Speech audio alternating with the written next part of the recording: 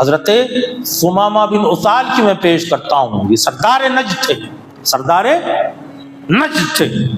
یہ ایک قافلہ صحابہ گیا، پکڑ کے لایا گیا، انہیں جو ہے مسجد نبوی کے کھمبوں سے باندھ دیا گیا. حضور پاک علیہ السلام فجر میں آئے تو پتہ چلا یہ لایا گیا.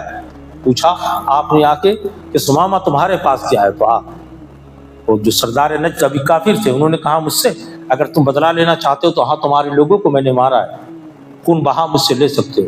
اگر چھوڑو گے تو ایک اچھے آدمی کو تم چھوڑو گے جو شکر ادا کرے گا تمہارا، اور اگر مارنا چاہتے ہو تو میں حاضر ہوں. کیا کرنا چاہتے؟ حضور نے کچھ نہیں پوچھا، ہے نا، چلے گئے.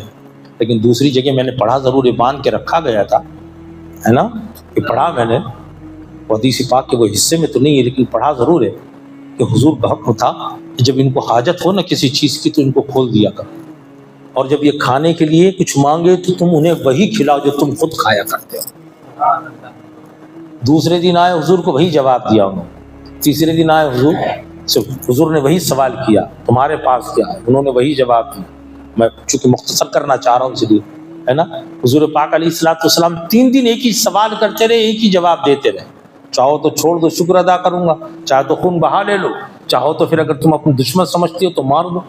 تینوں دن آپ ایک ہی سوال کرتے رہے ہوئے جواب ملتا رہا. تیسرے دن جواب ملا، آپ نے کچھ نہیں کہا، صاحب نے کہا چھوڑ دو. کیا کہا؟ چھوڑ دو. یہ شفقت اور رحمت، اسے کہتے ہیں حکمت. یہ حکمت بھی ہے، موعظہ حسنہ بھی ہے، وہ جادلہم باللتی ہی احسن بھی ہے. اس کے کچھ نہیں کہا حضور نے، حدیث پاک اٹھا کے دیکھ سکتے، کچھ نہیں کہا. انہوں نے کہا، حضور نے کہا انہیں چھوڑ دو. وہ بندے خدا چھوٹے مسجد نبوی سے، کسی سے کچھ نہیں کہا، کسی سے کچھ نہیں کہا. قریب میں جو غسل کی جگہ تھی، پانی جہاں دستیاب تھا، وہاں گئے، غسل کیا، حضور کی بارگاہ میں آئے اور کہا لا الہ الا اللہ محمد رسول اللہ. صرف اتنا ہی نہیں کہا عمرہ کرنے کے لیے جا رہا تھا، یا رسول اللہ عمرہ کرنے کے لیے جا رہا تھا، اب اجازت دو تو عمرہ کرنے کے لیے جاؤ، اجازت دو تو جاؤ. کیسے کایا پلٹ. اور یہ نہیں کہا حضور سے عرض گزار ہوئے یا رسول اللہ، جب تک آپ کے پاس نہیں آیا تھا سب سے بدترین شہر آپ کا تھا، سب سے معاذ اللہ بدترین چہرہ آپ کا تھا، سب سے بدترین بات آپ کی تھی. خدا کی عزت کی قسم اس وقت سب سے اچھا چہرہ آپ کا ہے، سب سے اچھی بات آپ کی ہے، سب سے اچھا شہر آپ کا ہے، سب سے اچھا شہر آپ کا ہے. ایسے ہی شان کے ساتھ جب مکے میں داخل ہوئے تو کفاران قریش و مکہ کو لگا یہ تو نجد کے سردار ہیں، ہمارے آدمی ہیں. یہ پہلے شخص ہے کہ جنہوں نے دور جاہلیت میں اور کفاروں مشرکین کے اس مجمع کے اندر سب سے پہلے بآواز بلند کلمہ پڑھا لبیک اللہم لبیک لبیک لا شریک لک لبیک، اور کہا سن لو اب میں تمہارا دوست نہیں، محمد عربی کا غلام ہو کر آیا.